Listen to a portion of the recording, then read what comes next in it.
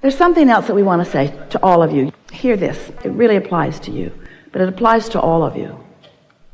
Esther used to say to Jerry every now and again, I don't want to hurt their feelings. And Jerry would say, you'd rather hurt your feelings? And Esther would say, no, but she meant yes. Because it's easy when you know you're strong and you know you have resources, it's easy for you to do what somebody else seems to need or want, even if you can feel that it's not on your path.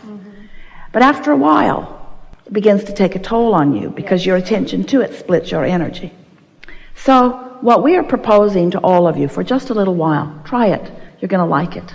And you're going to come back into your true empowerment. When you bump up against something that doesn't feel good. Now, start again. Esther said to us, Abraham, what do you think I should do about this? And we said, I think you should do what feels best to you. And Esther said, I am so tired of hearing that from you. We think you should do what feels best to you. We think that you should do what feels best to you every time. We think you should do what feels best to you. But before you can really know what feels best to you, you've got to practice feeling pretty good. You can't go from suffering, and jump right into even have any clarity about what feels best to you, because when you've been suffering, all the choices suck so badly that none of them feel good. So it just feels like a crossroads. It feels like two bad paths, and that's what it is. Those are not good choices. But when you have cared about the way you feel, so you're feeling good more and more and more and more, so then something comes along and it doesn't feel good to you. And Esther said, but Abraham, I thought what you've been teaching me is that if I will unconditionally just focus on what I want, that the things I don't want will go away. We said, yes, that's exactly right, but you're not doing that. You're focusing on something that you don't want and then using words and writing 500 focus wheels about it. We said it would be like going to a restaurant or to a buffet, and here is something that you cannot stand. It just gives you the creeps to even think about putting it in your mouth. And you say, need to write some focus wheels. I'm going to write some focus wheels. I'm going to make a list of positive aspects of that. I am going to line up with that thing I do not like. I'm going to do focus wheels until I can eat that unconditionally with pleasure. And we say, you've been missing the point. We're not trying to get you in alignment so that you can make conditions change or so that you can change yourself to like the conditions. You were born with guidance, and it's all right for you to not like something. It's not your job. So let's say there's a condition that presents itself to you, and you bump up against it, and you bump up against it, and you bump up against it, and you write 500 focus wheels, and you're still bumping up against it because it is someone making choices that are not aligning with your path. But you don't give yourself permission, worthy beings that you are, to follow your own path. No, you feel like you have to be in service. You feel like it's your job to make this work out no matter what. No, it isn't. It's your job to follow the path of least resistance. So the source within you knows where you stand in relationship to everything you want and knows the path of least resistance to get you to it. And you step over there way off the path, but your source is still calling you back and calling you back and calling you back. But it's as if you say, no, source, alignment, guidance, source, God, I need to do it the hard way in order to prove my worthiness.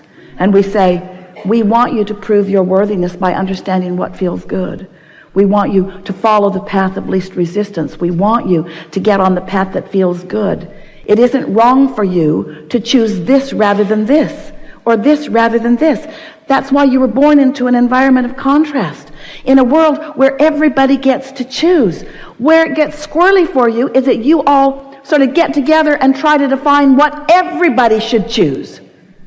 And then You get into fights with each other about who's choosing what, where if you just understood you all get to choose what you want. When you line up with what you want, you'll find the power to feel the fulfillment and the exaltation and the exhilaration and the passion and the success and the fulfillment that you're reaching for, you see. You got to let everybody else off the hook and stop beating up on yourself if you choose not to play with them. But that's hard. Ooh. Shouldn't I be able to play with everyone? We say, that's a really conditional approach to life. Now you got to get them to behave. Or now you got to adjust your vibration. Now you got to give up all of the sifting and sorting and deciding and concluding and deciding and concluding and becoming. You got to rewind all of that in order to blend with this. Are you hearing us? Yeah. So the question is, am I in alignment with who I am, or am I going to line up with what they want? We don't see why that is a hard choice for you, knowing what you give up when you line up with them instead of with who you really are, you see? These are not difficult choices, but it's hard for most of you because others have taught you that selfishness is not virtuous.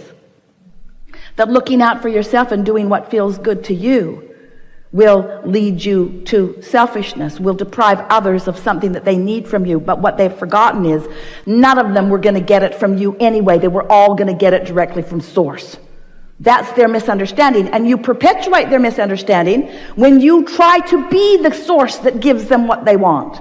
You see. Esther has a dear friend who lives in another country. She's been helping him out financially for years, trying to bring it to an end to help him find his independence. And finally, he said, "Where is it?" And Esther said, "It's not coming from me anymore. You have to find your own independence. Please, please, please, please, please. I'm counting on this." Esther said, "I know you are." And that's what's wrong with all of this. You're counting on it coming from a place it should never have been coming. Not for this long. Not for this long. I am insulting you when I assume that I am your path of least resistance. I insult you. You have direct access to all of the energy that creates worlds. You have direct access. But no, I've made you believe in your dependency on me. Had to get really big before Esther realized it, you see. And then she realized she was not only setting herself free from diverging from her path, she was setting him free too, you see. He doesn't know it yet, but he will in time. He will find his way. He will find his way, you see. Enough? Yes, I got it. Thank you so much. Yeah. I love you.